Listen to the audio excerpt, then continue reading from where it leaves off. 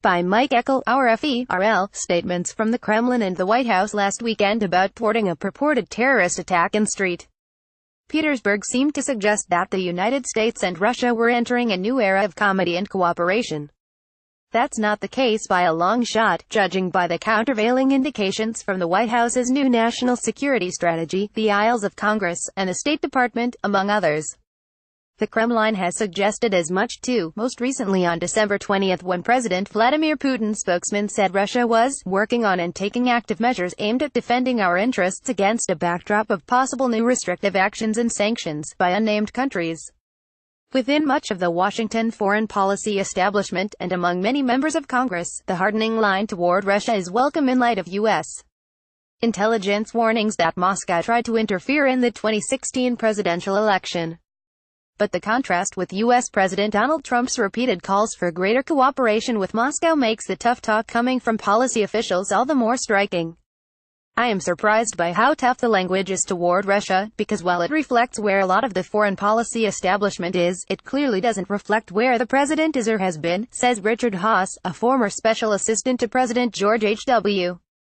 Bush who is now president of the Council on Foreign Relations. In August, Trump reluctantly signed into law U.S. sanctions against Moscow for its actions in Ukraine, Syria, and cyberspace.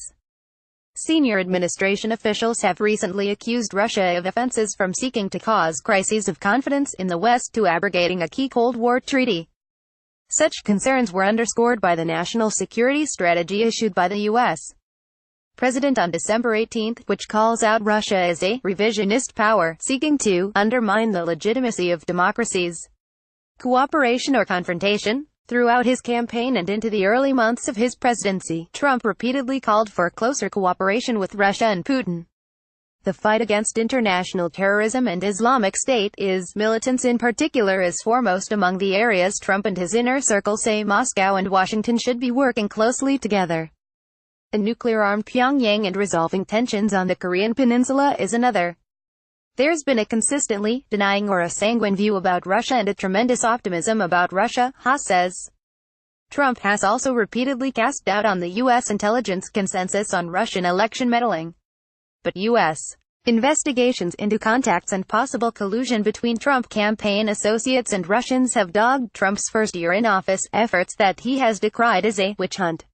The December 17 announcements from Washington and Moscow that the CIA provided intelligence to its main Russian counterpart, the Federal Security Service, to help thwart a terror attack in Russia's second city was striking not only in its timing but also in the fulsome praise between the Kremlin and White House, something not seen in years. The Republican-led Congress has at times sought to limit Trump's ability to maneuver on Russia. That prompted Secretary of State Rex Tillerson to complain over the summer as lawmakers moved to cement existing sanctions and impose new ones. When Trump grudgingly signed that legislation into law, he made clear in an accompanying signing statement that he did not want to be handcuffed, particularly in his effort to resolve the 3.5-year conflict in Ukraine, pitting Russia-backed fighters against government troops. My administration particularly expects the Congress to refrain from using this flawed bill to hinder our important work with European allies to resolve the conflict in Ukraine, the statement said. Missiles versus diplomacy. Earlier this month, Congress passed a $700 billion defense policy bill that contained several provisions that have irked Moscow. They include more money for Ukrainian security and billions more to bolster U.S.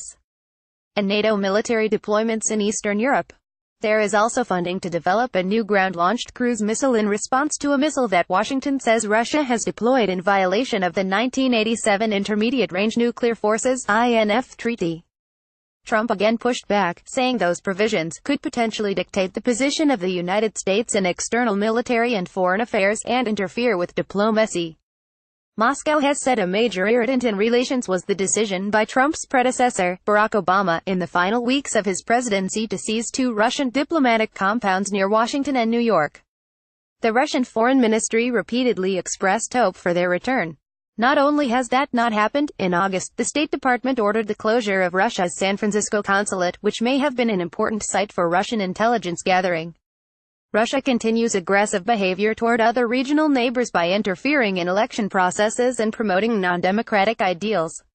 Tillerson said last month, "We, together with our friends in Europe, recognize the active threat of a recently resurgent Russia. Last week, previewing the release of the National Security Strategy, White House National Security Advisor H.R.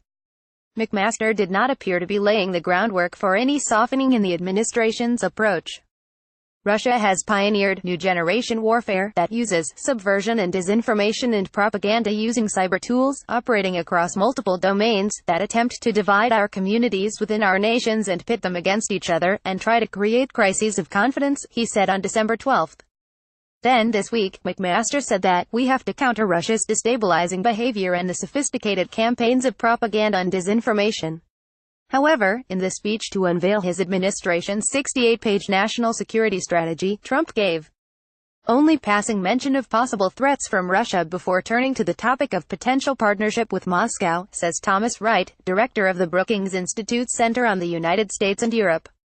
He and other foreign policy observers and veterans say the perceived disconnect between Trump's statements and some officials' policy statements and speeches could hint that some cabinet members and other senior administration policymakers might not be totally in sync with their boss. There is clearly a difference between the policy of the cabinet members of the Trump administration involved in making policy toward Russia, between them and the president, and I suppose a small group of people in the White House, says Angela Stent, who served as a national intelligence officer for Russia and Eurasia in 2004-06. Haas says divisions might not bode well for foreign governments, Russia included, trying to discern Washington's policies not just toward Moscow, but on issues like Syria, North Korea, or Iran as well. This is just one statement among many that this administration will make, Haas says. The risk is that it will tend to be dismissed if the inconsistencies in it become pronounced. Did you find this article informative? Please consider contributing to Eurasia Review, as we are truly independent and do not receive financial support from any institution, corporation or organization.